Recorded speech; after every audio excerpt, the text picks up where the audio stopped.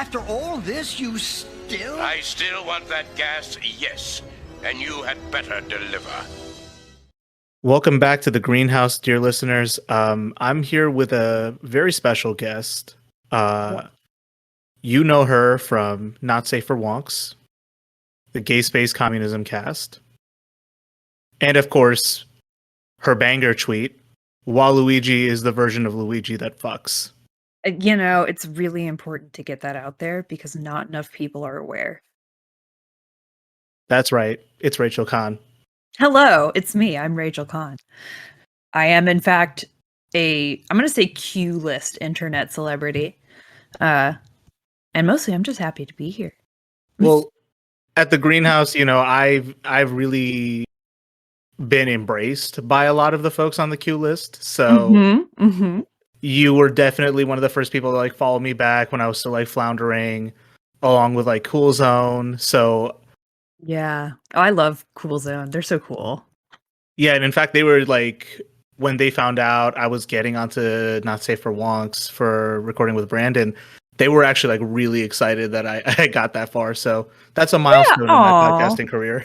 It's so funny to me to think that we are anybody's milestone, honestly, because it's not like having this podcast impact my daily life, right? Like we have a fan base, but it's not making that much money. You know, we're making enough to keep the lights on, and that's basically it. Every now and then one of us might have an emergency and we all agree like, okay, we can take money out of the show fund to cover this or whatever. But like, you know, 85% of the time I am just a random nobody in a Walmart, like with a 6-year-old. You know? Like, so fame is a very strange thing, and also very relative. Especially with internet fame, because you never know who's following who's in your MUFOs and who isn't. And next thing it's like something will blow up and then you get like an influx of followers. So it's funny to me because I started this, or at least I started my podcast with the intent of stop talking politics on social media, only to then incessantly be on Twitter. Yeah. Well, you know, and it's a thing that I think people talk about a lot on the left, especially like among organizers, right? Is like, is social media organizing? And of course, it's not inherently organizing, right? Like no shared space is inherently organized, but it can be, you know, it certainly can be organizing. And also the other side of that is if you are trying to, you know, produce content to get education out there or to get, you know, new sort of ideas out there or to, you know, promote, generally speaking, this big, you know, socialist project, you do have to be like extremely online. Because that's sort of the nature of promotion in 2021 and, you know, really since, I don't know, probably 2010 or so. Right. I mean, it's kind of like, I guess, socialists who came before us or people on the left before us probably had to rely on the newspaper, even though it had probably the same points of complaints that we're kind of bringing up about social media. So to that extent, you kind of have to get your hands dirty in the world as it is while recognizing how flawed it, you know, absolutely, these means of conveying information can be. But yeah, the fun part about social media is you get to make friends along the way. When you think about it, the real revolution was the friends we made along the way. Indeed. And also Waluigi is just the version of Luigi that fucks. What was going through your mind when you tweeted that? Like, honestly, okay, so the first time I tweeted that was back when I was still a fucking nobody. Like, I mean, I'm still a fucking nobody, but even more of a nobody. It was just like a conversation I was having with my partner in our basement, you know, where we have like our TV set up or whatever. Just like shooting the shit. And I just remember saying, when you think about it, Waluigi is just the version of Luigi that fucks. And I tweeted it once and nobody liked it. And I was like, I'm going to retweet this because it's funny, damn it. And then it occurred to me that the funniest possible thing to do would be to tweet it repeatedly. So I have this vision in my head now of like somebody finding my profile in like a year or two or whatever, seeing this tweet and then somehow going back and seeing that I've tweeted exactly the same tweet like 2,000 times and just scrolling through it like, what is wrong with this person? And that image, that sort of mental image, is exactly what keeps me doing it, because I do want to, fuck around like that. In a purely academic sense, it has the setup, the design of a viral tweet. Mm-hmm. Easy 4,000 hearts category for sure. Right. Absolutely. Yeah, we're up to the whims of the social media free hand of the market type bullshit with this. Yeah. But it deserves more. It really does deserve more. Yeah. I mean, it's a really serious issue. A lot of people think that Luigi has sex, and that's not true. He does bottom, but he does not have sex. And that is because he is awful and wretched and entirely unfuckable. Okay, yeah, I hear that. For me, it's more of like, I think Luigi's just excited to be there, so he doesn't really care if he's participating. Yeah, I guess that's fair. But I'm assuming there's more someone's context. willing to talk to him. That makes sense. So yeah, I remember you said, I think one of the things you said you wanted to talk about was like what psychopolitics, basically, like the cognitive physiological mechanisms that like influence people's behavior and choices. Is that right? Am I getting that right? I mean, that's what we talk about mostly here at the greenhouse, and I'm not smart enough, unfortunately, to come up with the term like the way you described it, but that's broadly what we go over. And I genuinely what we try to talk about is like, particularly those of us who came through like the liberal ideology before moving to the left, we tend to be like especially affected by that process. We tend to especially not understand the kind of psychodynamics, I guess, behind why we believe the things we do and why we act on them in the way that we do. Yeah. And in the topic that I thought I would like to discuss with you today, especially, was I'm recalling like a Twitter thread about the STEM field only being useful insofar as like benefiting, putting people into like the military industrial complex. And I mentioned something about like, yeah, I had a background in environmental science and I was pretty much like chewed up and spit out. And then you responded in the same thread, like you had a background in neuroscience and same thing happened to you. So we could probably start at that point and maybe bring ourselves back to that broader topic of, what did you say, psychopolitics? Yeah, psychopolitics. Yep. I mean, yeah, so, that thread was about, I guess, the academy larger, and sort of the effects of profit motive on the academy. But that also speaks to sort of larger problems we have culturally about our priorities, right? Like, when I was, still a teenager and like thinking about what I wanted to do, everybody was like, get into STEM. Whatever kind of STEM it is, you'll have secured, you'll have a secure job because science always keeps happening because we consider it sacred or whatever. And as with so many things, I very quickly figured out that was a strictly symbolic sanctity. And actually, it is just like everything else, primarily in service to capital. And, that manifests a lot of ways, right? Like one of the worst things about the academy, in my opinion, is its bureaucracy.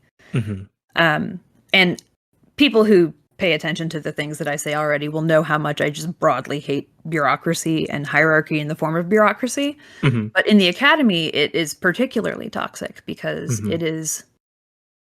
the academy is basically a group of thousands of people who are the world's foremost experts in topics that are so niche as to be individually useless, but every single one of them thinks they are like the most important thing to happen to science. And so it's all of these giant egos in these like medium-sized fish in the world's smallest pond, right? Like, and so much of the academy, just like, for example, the Democratic Party, is a peonage system. You have to kiss the right asses, and you have to convince people who might not actually be smarter than you that they are, because otherwise they'll try to take you out as competition. And the whole thing is just awful. And I mean, it's super toxic. And that's why I'm an ex-academic and I didn't stick around. In particular, in the sort of quote unquote hard sciences, there's so much pressure to produce like new technologies for violence. Or new technologies that indirectly serve violence, whether that's, coming up with better ways to store and transport food or better ways to, build a bomb. Like, those are still being put into service of the armed forces of the United States. And it's bad. I mean, there's, unequivocally, it's bad. It's bad that the human sciences like anthropology and sociology and psychology are so wildly under-resourced, because those are really where I believe the answers and solutions to sort of these giant existential problems we're facing lie. And that's a good critique of the academy. And it's good that you brought up the Democratic Party in there too, because I broadly agree with your assessment there, in that it is this kind of cordoned off, kind of self-mythologizing institution. Yeah, very much so. And we're at this interesting narrative these days, right? Where people aren't listening to the experts. People aren't. No.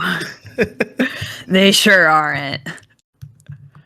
And it's an interesting juxtaposition, I guess, because on the one hand, there is a failure to get people to follow the right guidelines to manage like the pandemic, or to get people to comply with certain realities of like amending climate disasters and, pushing back against like pollution and carbon emissions and stuff like that. But at the same time, I think like the unstated point by all parties is, right, and either people are refusing to acknowledge this or people like won't say it or haven't thought of it, is like it's the same experts who got us into this mess. Yeah, absolutely. Well, and I think like especially when it comes to, for example, fossil fuels industry. Like, we have seen how just aggressively and egregiously people are willing to, fabricate or suppress evidence of really, really significant economic malpractice and industrial malpractice. So, I can see why people are rapidly losing their faith in these institutions, right? Especially like if you look at the CDC in the United States, under the Trump administration, they were completely co-opted by the executive branch. And we realized exactly how beholden they were to political leaders and to political movements and to politics generally, right? People think of science, and especially something like the CDC, which is such an important institution, as being above all of this. And what we saw, thrown into brutal, stark relief was, no, actually, they're not above politics. They too are trapped in this system, and they too are being forced to compromise their values or their ideals for the sake of continuing to exist in that system. I agree. And that's something that I'm limited by the reality of my perspective and my experience, but I'm wondering if this is also just a reality of those people in those higher positions, right? Is it the fact that STEM education, particularly these days, because it's so, or because it can tend to be so specialized and so single focused at times, like I didn't have a humanities education Right. for a long time. And granted, like I was doing schooling in another country, and there they were even further into that idea of like, no, you're just taking math and hard science. Why would you need to learn history? That's Right. like the worst extent of it. But then even within like my environmental science program I did in undergrad, I mean, very little was given to us in terms of, you know, unpacking things like environmental racism, Mhm. indigenous approaches to the environment, or Yeah. uh, Yeah. how resource use and like population density, or like what at a Mhm. community level, how does this stuff go down?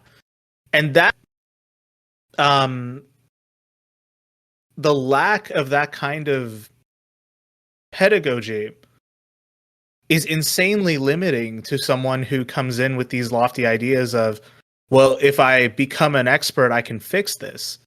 And then Right. you come out of it, you kind of go through the car wash of Mhm. STEM education, and then you just come out of this as this like, I guess technocracy is like a self-fulfilling ideology at that point, where you're just so out of touch, but you think you can solve the problem. Am I looking at this correctly, or I think is so. there? I think Okay. so. And that's sort of what I was talking about when I said it's sort of full of people who are the world's foremost expert in a niche so specific that it is actually like completely useless by itself. Hmm. And you know, that sort of I guess motive to self-interest is in every single field, right? But in particular, it is brutally destructive in the academy because it puts people in a position where they are often forced to lie or misrepresent things or fudge numbers. I Hmm. remember when I was in an undergrad research lab, which was a cool thing about the program I went to, actually. It was a very small school, and they had a research focus. So the Hmm. students were both given opportunities and expected to conduct our own research, which is awesome. I mean, I ran a study. I was primary investigator on a study before I was 25, right? Which is Hmm. awesome. That's super cool. But it also very quickly became clear to me, like, part of what they were teaching me was how to game my numbers so that I could find something significant to talk about and get published, Mm. which is also bad, right? Like that is a fundamental problem of the system, right? Publish or perish is what people call it within the academy, and people outside of the academy have probably heard people calling it. And it really is about whether you can make that money on publishing, which is exactly why all of the academic journals are so expensive to access, and exactly why, you know, these programs are so fiercely competitive, and exactly why people are willing to fudge their numbers. And, you know, most of the time, or well, actually, let me add another thing. This also explains why people so rarely publish, you know, replication studies, because it's not interesting. It doesn't make people want to buy it, even though arguably replication studies are the most important part of the empirical process. Um, and again, I think it all comes back to the same thing, right? It's people just trying to survive. But because Hmm. of the system we have, survival requires, you know, really questionable behavior. And that might be a Yeah. good way to sort of segue into the psychology of these things, right? Mhm. Because really, politics materially is about the distribution of resources and labor power. Mhm. But ideologically, it's a team sport. It's about in and out group biases and connections. Mhm. So, you know, it's about people banding together under a uniting ideal and acting together to realize that ideal. And the only way to get people to do that is to get them to, you know, believe not only that this ideal is important and necessary, but that they personally can do something about it. Absolutely. And I guess in the way like you were describing that process of publish or perish, Mm. that's not too far off from like the alienation people feel in non-academic contexts, right? Where there's this pressure to continue to remain productive, and there's that coercion and also precarity that describes the modern condition we're all in. Yep. And the precarity is probably maybe the newest aspect of this, because people really do feel a lot less stable than in the past, I'm assuming. Yeah. And like that's one of those things that is frustrating to look at, because science is one of those things that we assume, because of things like peer review, because of things like the review process or what have you. It's assumed to be like this inherently truthful, unbiased thing. And that's something that is, I mean, it's not uniquely American, but it is one of those things that I find in that popular American ideology and faith in institutions. People genuinely do believe that like institutions like the academy, like the press, like science, like experts, quote unquote, are capable of being third party actors, of being independent, of being unbiased. And in that actual psychopolitics reality of looking at it, there always is a team sport dynamic going on that people seem to like intentionally ignore or are unaware of it being of it going on. And that's like that's the thing that on our show we've been calling the phenomena of greenhouse gaslighting, where it's going on in front of you but you tell yourself it's not happening. What contributes to that? Like, what prompts people to think that institutions like this still work when you can see that faith in them is eroding, or you can see that they can't live up to those ideals of impartiality? Yeah. I think a lot of it is sunk cost. People put anywhere from 12 to 30 years into their education. And when you spend that much of your life in a space, working within that space where these rules, although arbitrary, are very real, it can be very, very difficult to, I guess, have or manage the apostasy that arises when you realize none of the rules were real and this system is just as corrupted as any other one. So I think people are really averse to reframing that thinking, especially people who have, tens of thousands of dollars in student debt from it, especially people who are deeply invested in it because it's like a point of personal pride that they're a part of it. And especially people who have been out of the lower ranks of these systems long enough that they don't know what the lower ranks are like anymore. And I think it's all of the above. People really want to believe in institutions because they're comforting. It's comforting to believe that there's somebody out there who actually knows what they're doing and can solve this problem, and you don't have to do it yourself. Yeah, in a sense, it's like, I guess it shifts the blame, or it shifts the responsibility in that sense. And I think that there's a lot of that, not just for the academy, right, but for politics at all. You see this a lot with people, doubling and redoubling down on electoral organizing strategies, even though anybody who really knows about like electoral statistics and how elections work and how, getting elected works knows that our best case scenario with electoral organizing is going to be having our shit together enough in 20 years to take over the government if it still exists. And, that, let me double check what the name of it was, because I'm going to fuck up this acronym if I don't. Initialism?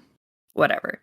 The point is, the IPCC report made it very clear that we don't have 20 years. We do not have 20 years to get this together. Exactly. And looking at the evidence in front of us, right? The gerontocracy has no interest in solving these problems. And the gerontocracy has no interest in solving these problems, nor do they have any kind of intrinsic motivation to even think about solving these problems, because for them, their real world that they live in, when you look at like Nancy Pelosi or Joe Biden, you see very quickly that their interests are primarily their own economic interests, right? And the people who get elected are so beholden to these giant corporations, which only have one interest, and that's, returns to their investors. And so we have a system that was designed to be run top down and designed to be classist and white supremacist and ableist. And that system also is populated by people who are so old that they have no idea or ability even to understand how bad things have actually gotten. But I think people really want to believe in those institutions. People want to believe in democracy. People want to believe in the United States because apostasies suck. They feel bad. I've never met a person who recently had an apostasy who wasn't furious about being lied to. And when it comes to something as, existentially threatening as climate change, the desire to believe in these institutions is all the stronger, because it is much easier to put your faith in something than to really wrestle with reality. Yeah, it's easier to believe the Democrats have a plan for this, which I'm going to be honest. It's kind of, I'm not trying to rehash the force the vote discussion at all. That's not what I'm trying to do. But it is interesting that there was so much hay made about we have to vote Biden in for any kind of climate action at all. And it's the same amount, if not less. It feels like. And that's the contradiction I'm noticing in this, this very kind of sock puppet liberal aphorism of believe science, trust science. And when it comes to actual, because again, like the academy sucks, but what good research it has pumped out with regards to climate, with regards to ecological damage, or even in other fields like infrastructure, or even outside of STEM, like things pertaining to housing, race issues, right, gender issues. I mean, there's experts in every field basically calling for nothing short of top-down reform in all these categories. Right. And then all of a sudden it's fuck the experts. It's not feasible. Yeah. I think it also speaks to sort of in-group, out-group dynamics within politics and within sort of psychopolitics, which is absolutely exacerbated by the plurality voting system we use. So, you can call it plurality, you can call it first past the post, right? But the idea that the first person to get the most votes wins, period. Which very, very quickly, especially when you have a single vote ballot where you just pick one choice, very quickly that devolves into factionalism and a two-party system. And now what we're seeing is the consequences of that, right? Like every year that passes where we have this two-party system, people are becoming more divided. Even though ultimately, even across the right and the left spectrums of all politics, we have more in common than we do different. Yeah. And I definitely think with, the sort of petit bourgeois Trump voting crowd, it is because Democrats want to change things and are referencing science as a reason to do it. Or, Democrats at least nominally want to change things. And I think worse than that, those kinds of conspiratorial thinking are from kernels of truth, right? Like people who don't trust Big Pharma don't trust Big Pharma for good reasons, because we know lots and lots of meds just get rubber stamped and sent on the market and they don't do anything, or they're dangerous, or they do things that they're not supposed to do. And I can really empathize with a person who looks at that system and says, why should I trust this? Yeah. And it's like that kind of conspiratorial thinking. I mean, there was a reason, I guess, like Marx referred to this as like false consciousness, in that like people are trying to make sense of the reality around them. We're at the point now where it's like, yeah, everyone has the sense something's fucked up. oh yeah, But, how people go about it is wildly different from person to person. absolutely. But yeah, like I think there's a real, and when I talk to friends who are like further to the right of me or more just in that centrist mold, like there is this fear of admitting, or there's this tendency not to accept or just call out the reality of there is a real loss of faith in institutions. There is a real loss of interest or belief in things like voting or the academy or expertise, however you choose to look at it. And it is one of those things that I think like it can just depress someone to learn that and be like, well, then how do you address that? But it is one of those things that no one in a mainstream mold has an answer to, aside from maybe scolding, if I'm looking at this correctly. So I think I'll circle back around to this, because that point about scolding is very important. And I want to come back to it because it speaks to sort of a punishment culture that we have. But even before that, I think it's because the problem here is public trust. It is about building trust in these communities, and it is not possible to build trust in communities you are not helping. So in these large communities of people who are disenfranchised, who may or may not have access to medicine, right, or medical care, who may or may not have had access to, like, not even higher education, but just quality primary education. For them, it has to be on trust. And, there's been this sort of, I guess, new dissolution, if you will, of trust and of really community and that sort of intimate personal connection that like doctors used to have with their community, because also of capitalism, right? Because we've commodified medical care as opposed to supported it and nurtured it and developed it. And also because a lot of times science is kind of opaque. I am lucky because I have a Bachelor of Science and I learned how to read studies, and I learned the kinds of questions you should ask when you're looking at a study and looking at its results and looking at its design, to sort of see like, okay, does this pass the sniff test? Does this seem like it would make sense? Does it seem like they did a good job of controlling for confounding variables? Are there numbers that they got from this like trustworthy? Do they line up? Did they use the right statistical tests to look for correlations or causation? And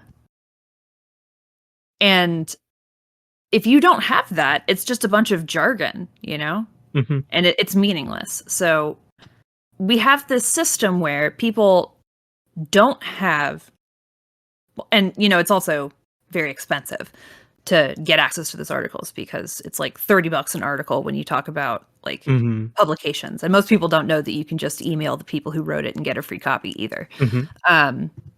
So we have this system where people don't have access to science education. They don't have access to doctors and physicians and scientists to help them understand it. And they don't have trust in those institutions to tell them the truth. And all of these really ultimately stem from capital, right? From the problem of capital, from the problem of commodifying education, of commodifying science, of commodifying health. And so it's yet another example of like, well, yeah, the problem is capitalism. Like it is one of many, many cases where that sort of hoarding of resources, including sort of abstract ones like information, is creating much bigger problems. And it's bad. It's real bad. And people, there's a sort of a complicating factor. There's this sort of concept in cognitive psychology of confirmation bias. And basically what that means is there are a pattern of phenomena where people will either ignore contradictory information, downplay contradictory information, question the validity or trustworthiness of that information so that they don't have to change their opinions. Because people we like feeling correct. You know, we get a little jolt of dopamine every time our expectations are confirmed. And that makes it very hard, right? Being wrong also feels bad. Being excluded feels bad. Being looked down on or scolded feels bad. And that sort of brings me back around to the punishment mindset we have in our culture. Because we have such a reaction-based culture and such a short-term thinking type culture, especially since the 80s when everything started to be down to, fiscal quarters so that they could report returns as quickly as possible to the bourgeoisie. It's only exacerbated it further. So whereas a person who is incorrect about something really should be nurtured and supported and educated by their community, instead we just have these warring factions. And every time, some smug lib tells a Trump supporter they're an idiot who's fucking their cousin and hates brown people, that's one more wedge. And I understand why people do it, right? Because we're taught from the very beginning, you spank children, spare the rod, spoil the child. Prisoners should go to jail and be punished for the bad things they do, and the collective consequence of that is that we are not nurturing in ourselves the tools to actually do community education. So, and it's all of the bad things, right? Punishment culture is not exactly because of capitalism. I would actually say it's primarily because of the Christian church. But, well, it's not even that really, because like the Hammurabic Code included punishment. It's older than capital. It's older than capital, exactly. Like punishment culture is very, very old. And ultimately, it's about power and expressing power to control other people. I was actually having a very spirited debate on Twitter about this with one of my followers like yesterday. The difference between majority and consensus. And in that difference between majority consensus is where manufactured consent happens. So like when you talk about a majority just measures what people agree on with a vote. It does not measure what people are willing to physically do about a problem. And so that also, I do think, comes from capitalism in as much as it's about quick production and reproduction. And majoritarianism is much faster than consensus building. Or at least superficially, it's more faster than consensus building. It feels faster because you have an answer faster. But we see all the time, people will pass a resolution and then nothing happens. And that's because a resolution is not the same thing as consensus. Exactly. A resolution is people saying, yeah, I agree with this piece of paper. Or no, I don't agree with this piece of paper. And when you pass a resolution, especially when people do it with like shady shit where they like misrepresent what it's about or, really aggressively try to manage the vote or, do any number of sort of shady manipulative things to get their resolution to pass, we see that, the unpopular ones still don't get passed. Not really, not in terms of people's willingness to act on them. One thing I also thought would be useful to talk about is heuristics. So, as a little background, thinking is very expensive. The brain is the most expensive organ in the body. And because of that, we have evolved to sort of take mental shortcuts. to recognize patterns quickly, even when those patterns might be illusory. So one of the ways we do that is through processes called heuristics. And that's sort of your brain looking at a bunch of information and drawing a quick conclusion based on what it looks like or what it most closely resembles in the things you already know or the strategies you already have. And that kind of shallow thinking is extremely normal. It saves a lot of energy to do it that way. And most of the time it's adaptive. But sometimes we see it creating problems, right? So like racism is often because of heuristics and most commonly takes the form of heuristics, right? It's not the explicit racism that is most prevalent, but the implicit racism. So you see people who, say they're anti-racist, but still reflexively question Black women more than anybody else. And it's that heuristic. It's that little voice in the back of your head that says, this person is or is not trustworthy. Or I should or should not pull the trigger, right? And when we start applying those to things like politics, it can look like your vote is all we need. Or vote blue no matter who, right? And those are bad. Those sorts of aphorisms also make it very easy for the public to be manipulated into expressing a majority that does not express consensus. God damn it, cat. I'll be right back. I'll let my cat out now, too. Okay. As a fun aside, I have literally the stupidest cat on the planet. And I don't say this even as I don't dislike this about her, actually. I think it's one of her most winning qualities. But twice now, she's meowed at the door, and I've gone to open it, and she's run away. And I'm just like, Roxanne, please. We don't have time for this. Okay, but Roxanne is an amazing name. Oh my god, for a cat. Oh my god. Thank you. My other cat's name is Alfred. I love them. I like to give cats people names that I wouldn't give to people. Although I could actually see myself naming a kid Roxanne now. Anyway, it doesn't matter. Names are also heuristics, right? They're symbols. Yeah. They're not really heuristics, but they are symbols. And I think it's useful, sort of bringing us back on topic, to talk about sort of the semiotic aspects of it. And this is the part where strict materialists will say, oh, this is just ideological, or, this is just idealized, or this isn't material. And of course, the truth is our brains are matter. Our actions are material, and our brains dictate our actions. So, of course, these are material things, right? But it's a reality of how we interact, yeah. Yeah, exactly. And it's the fundamental way we understand the world around us, which is specifically through symbols and language, which is entirely symbolic. And so that also, I think, contributes to people's sort of superficial interaction with politicians. Because they're not really thinking of the politician as like a whole person.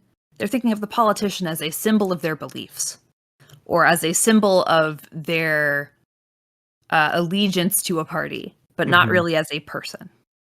And I think that's also why you see people who have Cuomo-sexual shirts, right? Not because there's anything good about Cuomo, and he's not even a good-looking guy. He looks exactly as seedy and just terrible. Corrupt as he is. Just terrible. Yeah, he looks like exactly what he is, which is a seedy little shit.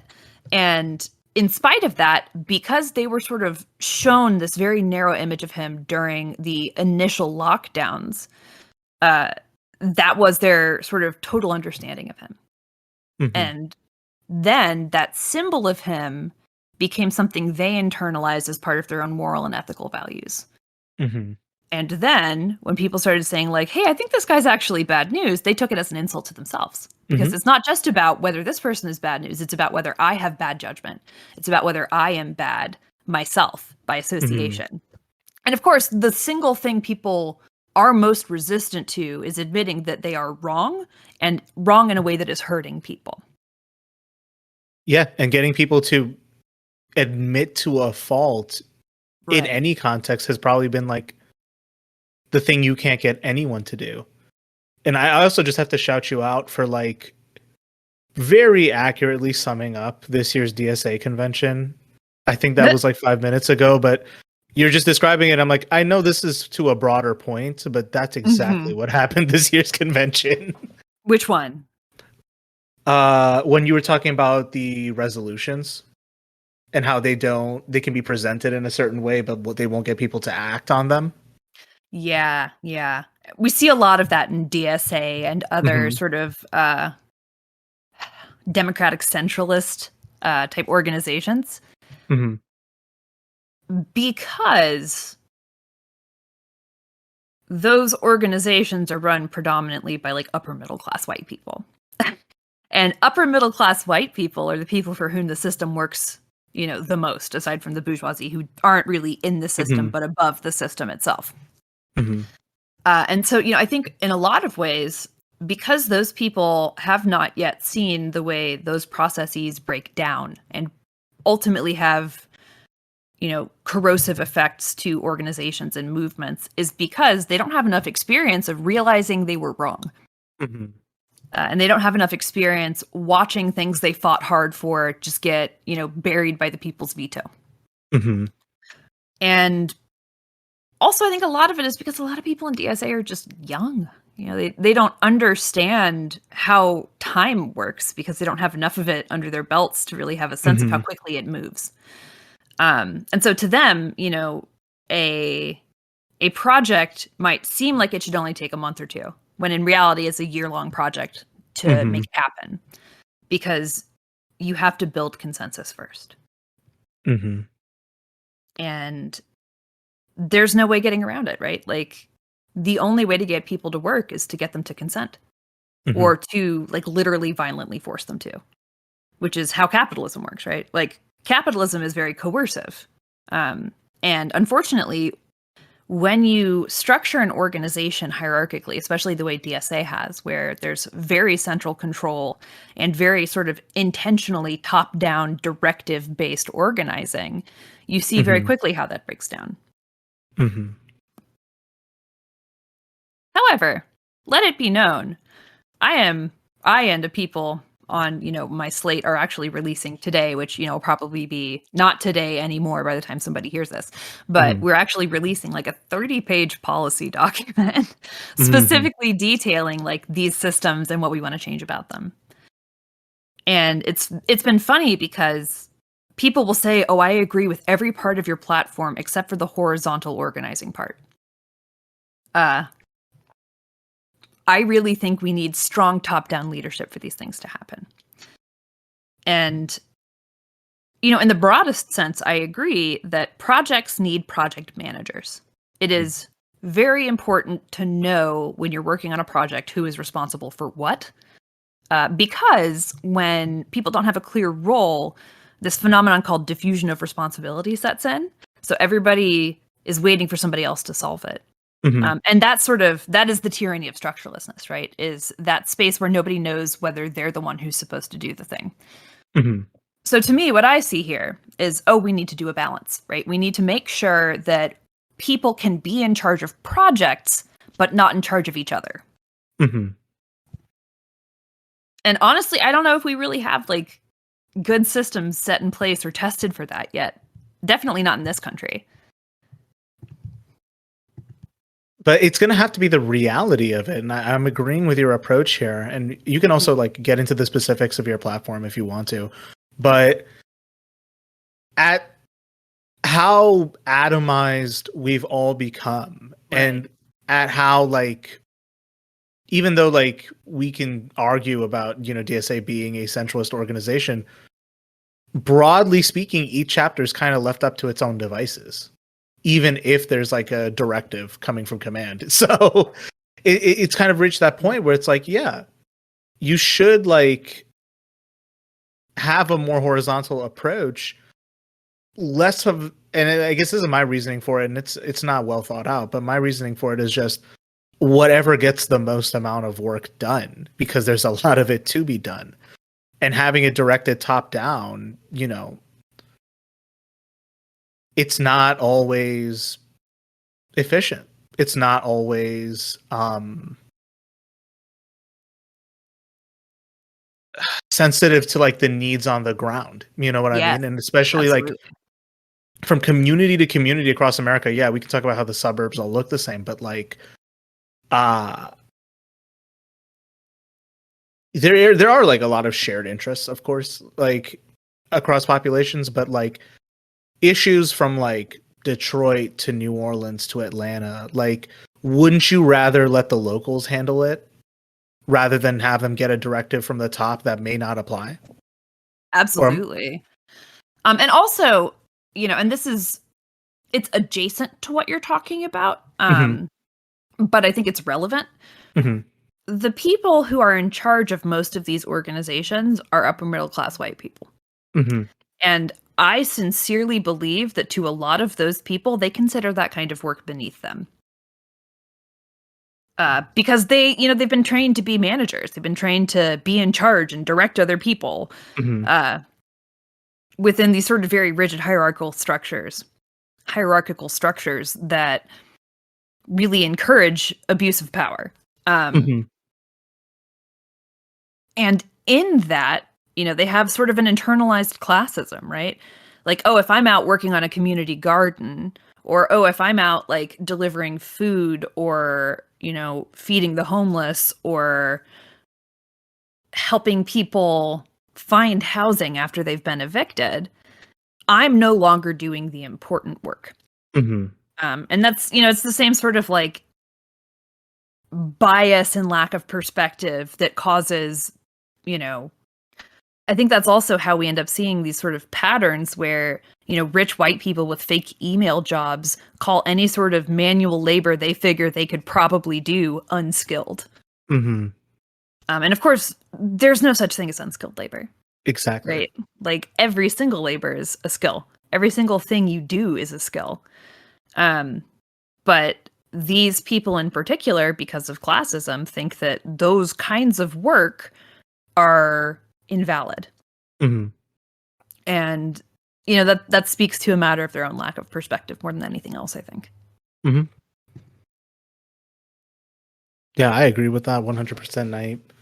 I remember when I was on and I was talking to Brandon, that was a point that we brought up as well, is people in DSA especially fail to recognize, like, if not a lot of DSA members being like, you know, explicitly middle class, all have middle class sensibilities by virtue of being pushed through the academy or hanging around in those circles.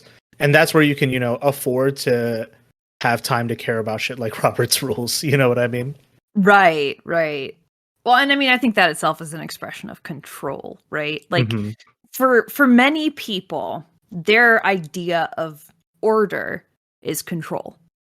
For me personally, I think order comes from creating outlets and spaces for the things people already want to do and communicating clearly about them and supporting each other in them. So organizing to me is not at all about convincing people to do the thing I think they should do, but helping people do the thing they think they should do. And in that same sort of vein, that sort of condescension, people who are making these rules think they know better. They think they know better than the people the rules affect because of that sort of sense of superiority and condescension and expectation that they should be in charge of things, which is exactly how you see, you know, people trying to apply solutions equally to, you know, Chicago and Atlanta and San Francisco, even though the conditions there are very different. Yeah, and even like, oh, sorry, go ahead. Well, and ultimately, I think that stems from exactly the same sort of heuristic process I was describing earlier, where, you know, they just sort of assume that institutions mean power, mean wisdom. Yeah, I guess like the goal should be not direction, it should be empowerment. I think that's the thing that's getting missed out here entirely. And that should be the task of the organizer, is to empower. Absolutely. And, you know, it's the difference between mutual aid and charity, right? So, like, charity is a smokescreen to obfuscate the inequality that allows a person to acquire that much of a disproportionate cut of the global wealth we have. Mm-hmm. And, you know, that sort of trickles down. Mm-hmm.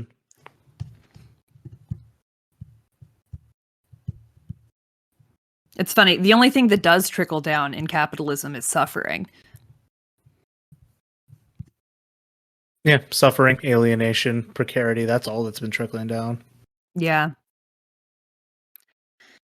And the abuse, you know, I think bourgeois and upper middle class culture are really abusive. Especially even more so, I would say, in upper middle class culture, because those are the people who are climbing the hardest because they're so close. You know, they can taste it. They can see that yacht on the horizon, and they don't necessarily realize that they too are peons. Mm-hmm. Mm-hmm.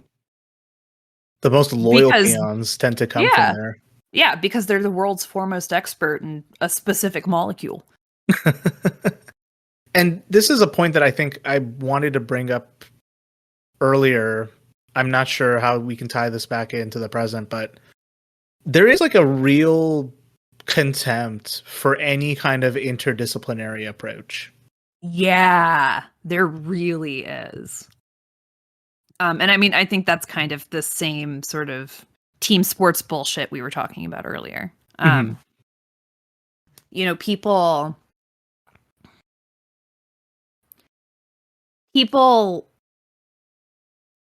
often believe, and this is because of the hierarchical way our culture is structured, that they need to have the best answer and the supreme and only answer to things. And people have sort of a very binary approach to these problems, right? It's caused by this or it's caused by nothing. And the truth is, much like consciousness emerges from pattern recognition, so too does power emerge from multiple systems or understanding from multiple systems. To really, truly understand anything, we need to understand the complexities of the systems that create it and the kinds of influences that are on those systems. And I honestly, I think, funny enough, actually,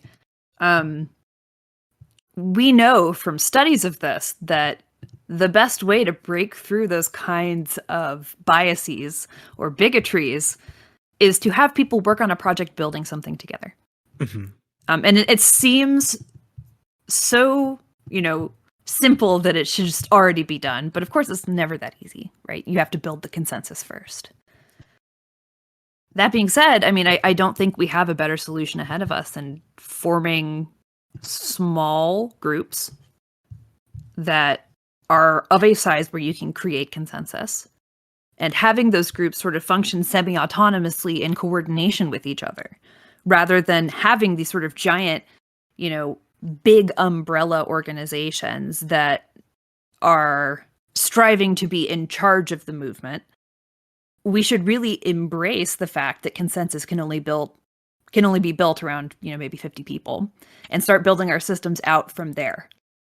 So how do we take 50-person groups and create from that a constellation of power? And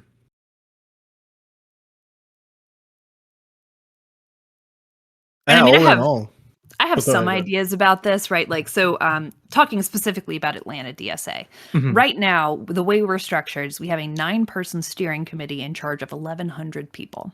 And also, because we have preposterously low turnout, our quorum is set at 5%. So, you know, you've got 50 or 60 people making decisions for 1,000. And it is no surprise to me, given those contexts, that DSA is also struggling to create attendance and to get people to show up and do things.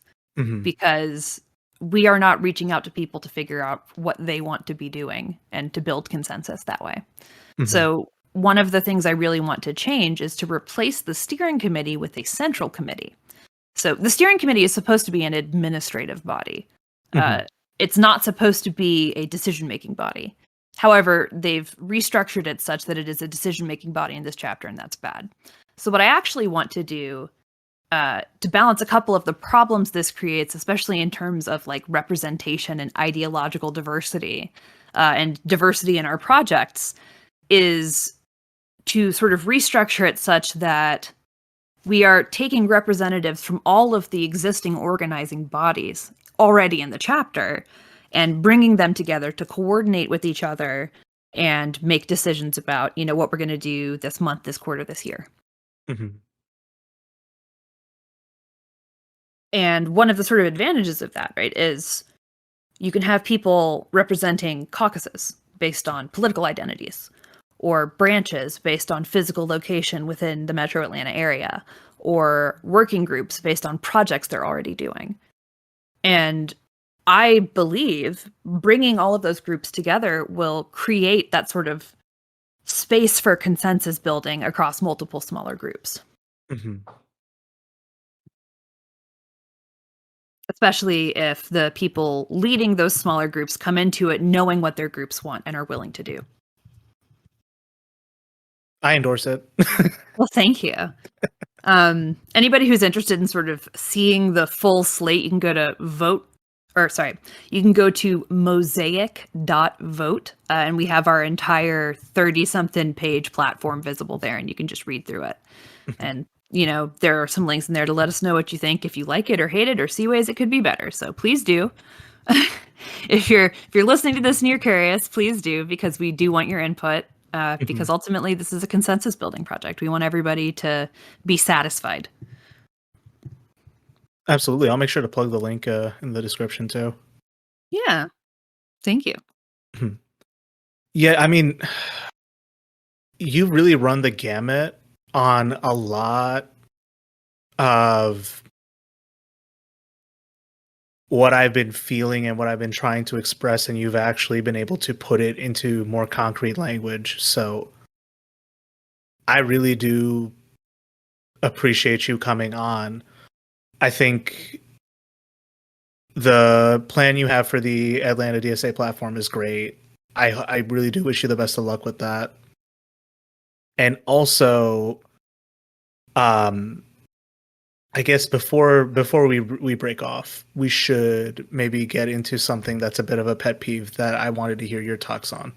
Okay. Because we mentioned smug libs, and I have this has been a learning experience for me, but I've actually come around to the other side of this, is that smug libs, particularly from the North, apply that condescension regionally to the South as a whole.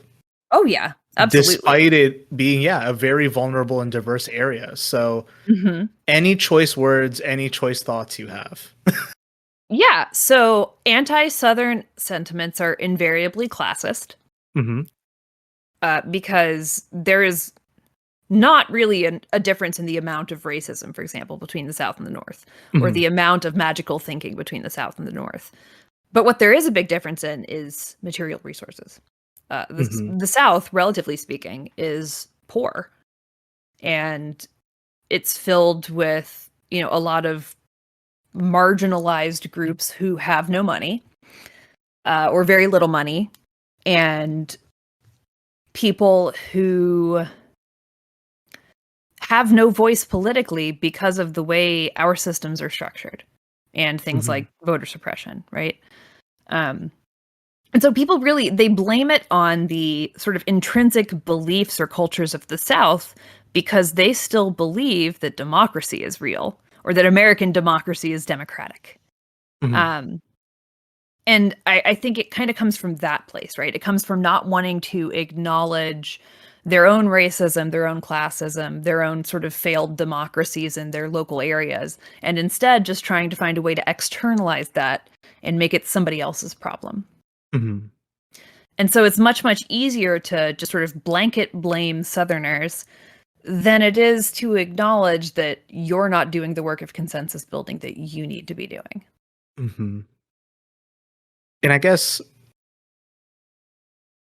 I'm asking for a friend. No, I'm not. I'm asking for me. Is like, when you are that kind of person who recognizes that there's no more fingers to point, and you need to either find a way to start working to build that consensus in your community or supporting the people who are doing that. Right.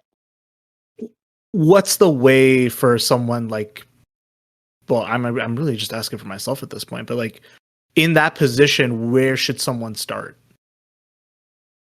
The advice I give people, and there's a couple different pieces of advice here, right? So for one, join any organizing body. It doesn't matter which one.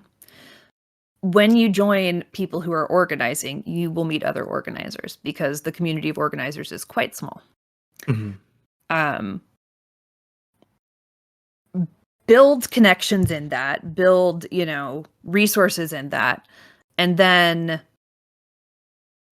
use those resources, those connections, that community you've built there to solve problems, material problems in your community. And that can look like so many things, right? It can look like leading a campaign to get the potholes filled on your street. It can look like putting together a community garden in a food desert. It can look like canvassing for a political campaign that people really want and believe in.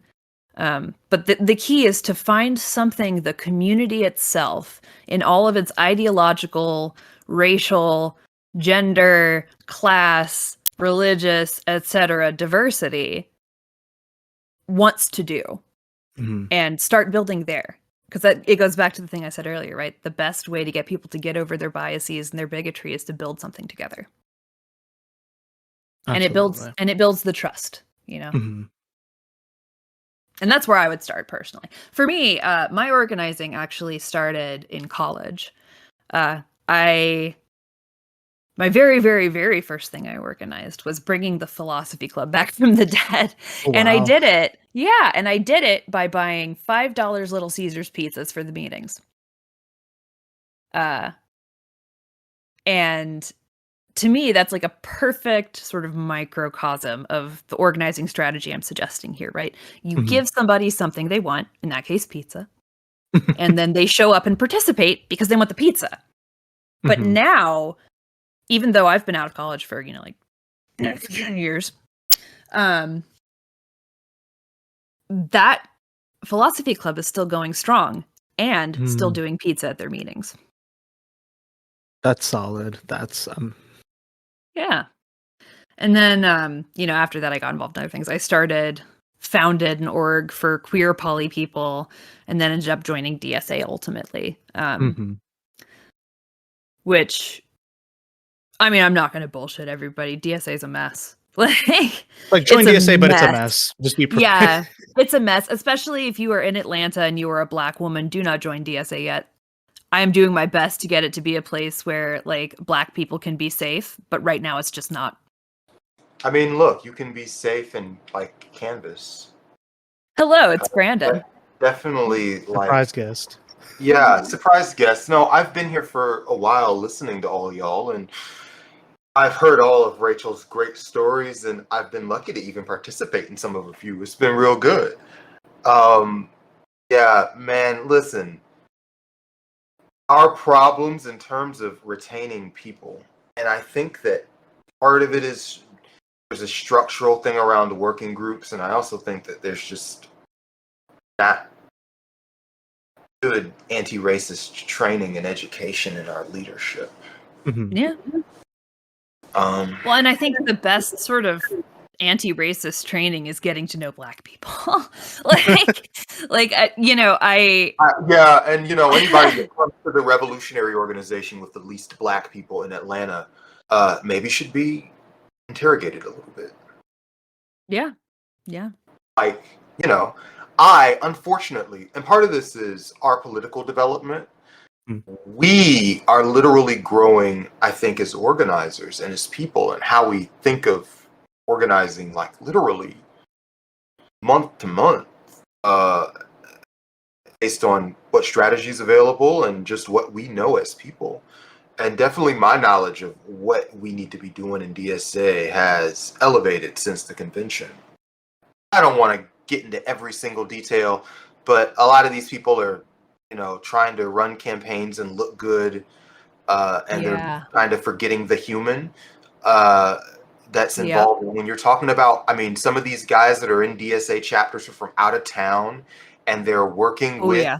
Black women who are from Atlanta and are marginalized and living through poverty and have like real shit that goes on that affects their ability to Yeah. finish it. Like sometimes the flyers gotta fucking wait, especially if you are in a coalition. You know, we talk so much about coalition organizing, DSA does, because like they see advantages in, you know, physical proximity to the community. Well, you can't be in physical proximity to the community fucking chewing out somebody and acting like they're fucking boss, right? So there's just like there's got to be some basic cultural and human sensitivity that goes on, and you know, that's something that we'll all come together and talk about, I guess. Yeah. Well, I mentioned this before you jumped on. I think one of the biggest problems we have in DSA is a lot of the upper middle class academic white people think labor, like manual labor, is beneath them. Oh, you mean in sense of like how do we motivate people to come out to things, and like we have a base that just has jobs and they ain't coming out to things like that. And Yeah, it's partially that, but it's partially about the institutional resistance to things like mutual aid or, you know, racial equity. And ultimately, I think it all stems from that sense that they should not have to do the movement, but they should be in charge of the movement. Yeah, you know, when we started organizing in the chapter, I mean, it was an extremely white organization and it was more liberal. And it was actually like people of color that led us towards being more aggressive about messaging and being ourselves, because like it was the uprising that was a real critical time. And if we weren't gonna be leading shit there, then why even fucking be there? Like, you know, if you're white and you want like something to sign on to for a press release, then I guess that's perfect. But if you're a person of color and you do want to, you know, start talking to other people in the community about police brutality and shit like that, are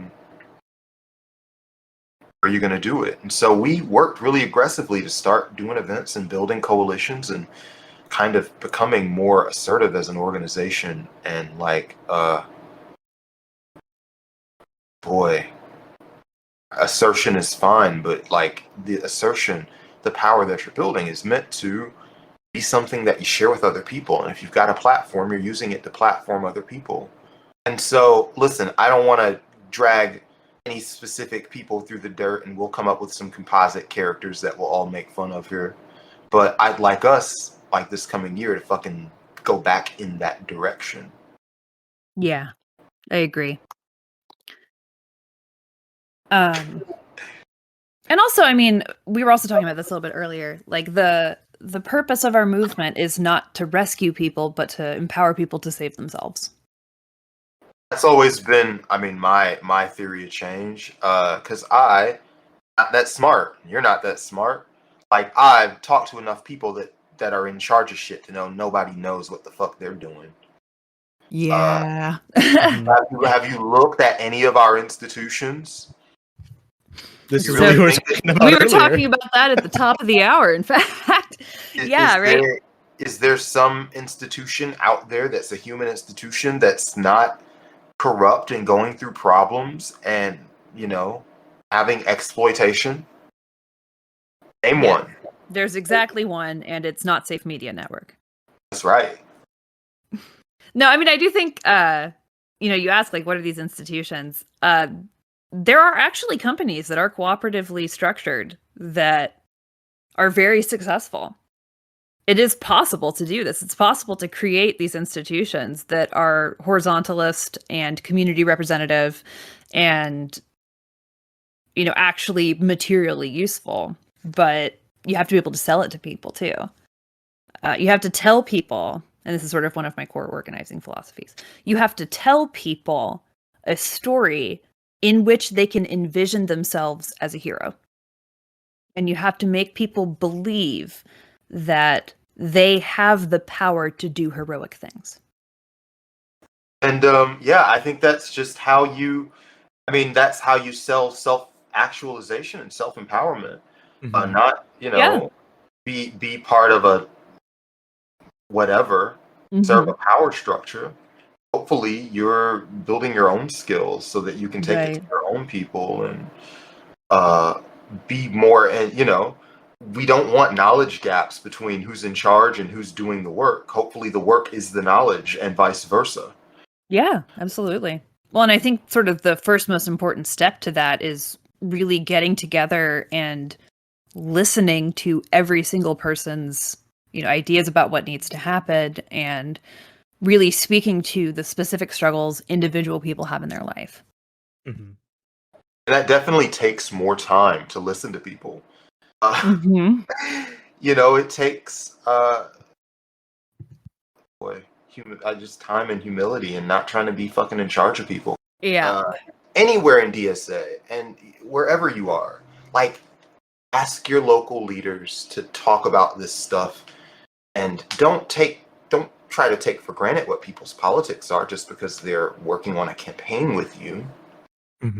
Like, really provoke people and ask them, because it's only when somebody feels uncomfortable that they say what their actual politics are.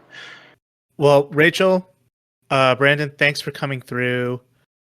Where can people find you guys if they want to hear? First of all, I didn't even know that you were interviewing Rachel. Did you? I didn't even know that was a whole thing. You should have been asking me questions, buddy. I mean, you had to go off, man. I'll let you. Don't run all 100% of that. But yeah, that's pretty good. Listen, you can find us online, notsafemedia.com, and I'm at Brandyn Buchanan on Twitter. You can find me and follow me there. Always posting medium tier content because I'm physically exhausted 24 hours a day. I painfully relate to this. Yeah. And you can find me on Twitter as @PunishedRachelK, because I got yeeted, or you can find me literally everywhere else at Reach Rachel Kahn. That's ReachRachelKahn. And you can follow us on Twitter at @PodGreenhouse. I'll have all our social media links as well as the Mosaic link we mentioned in the description below. Till next time, I'll see you all in the greenhouse. Take care. Bye.